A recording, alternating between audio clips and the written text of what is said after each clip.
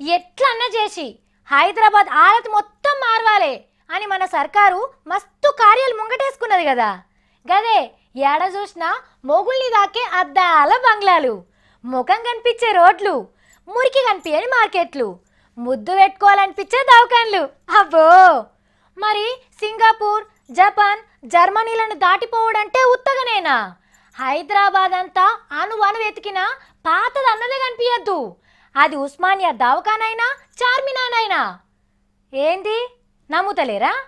ఈ నడుమ హైదరాబాద్ పాత బంగ్లాలు అన్ని కూలగొట్టి కొత్తవి కట్టిస్తానంటున్నాడు కదా సీఎం సారు. గా ఉస్మానియా దవాఖానను కూడా కూలగొట్టేందుకు అంతా ఖాళీ చేపిస్తున్నాడు.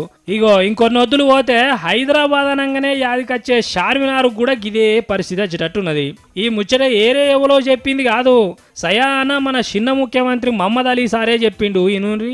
अगर चारमीनार भी जब बोसीदा हो जाएगा, चाहे 200 साल, 400 साल, 500 साल के बाद उसे भी गिराना ही पड़ेगा. ऐसा थोड़े ही बोसीदा होने के बाद कभी भी गिर सकता, तो लोगों की जानें जा सकती है. ఇన్నరా 400-500 ఏండ్ల కింద కట్టించిన చార్మినార్ పాతవాడి కూలిపోతాంటే చూసుకుంటా కూర్చుంటావా? దాన్ని కూడా ఎప్పటికైనా కూలగొట్టుడే అని అంటున్నాడు మహమ్మద్ అలీ సారు.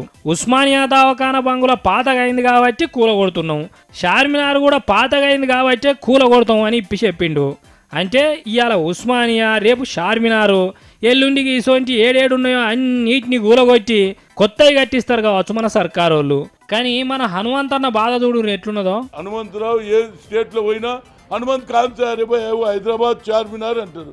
ఇవాళ చార్మినార్ లేకపోతే హనుమంతరావుని ఎవడు గుర్తుపట్టాలి?